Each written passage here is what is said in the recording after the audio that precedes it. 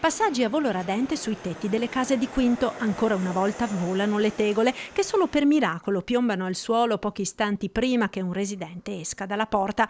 È accaduto venerdì scorso, poco prima di mezzogiorno. L'area è sempre la stessa, quella delle case che si trovano proprio sulla linea di decollo ed atterraggio degli aerei, in centro al paese a 2 passi dalla chiesa. Un episodio che riaccende le polemiche sullo scalo e lo sforamento dei voli da parte di Air 3 del gruppo Save rispetto a quelli autorizzati. È inaccettabile come si stanno muovendo anche con l'aumento dei voli. Se noi guardiamo il loro progetto del master plan, ha uno sviluppo al 2030 di 22.499 voli.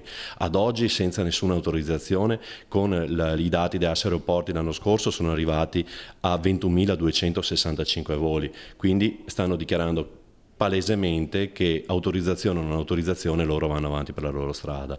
La battaglia, intrapresa dal comune di Treviso, così anche come quella dei comitati, continua a colpi di diffide, ma finora i risultati sulle teste di cittadini di Quinto di Treviso non si sono visti. Di qui la richiesta del sindaco alla società di istituire un fondo almeno per risarcire i residenti dei danni subiti. Io lancio una provocazione, che non è proprio una provocazione. Il numero di voli lo avete raggiunto oramai, quindi mettete anche i soldi per sistemare, per garantire la sicurezza dei cittadini di Quinto.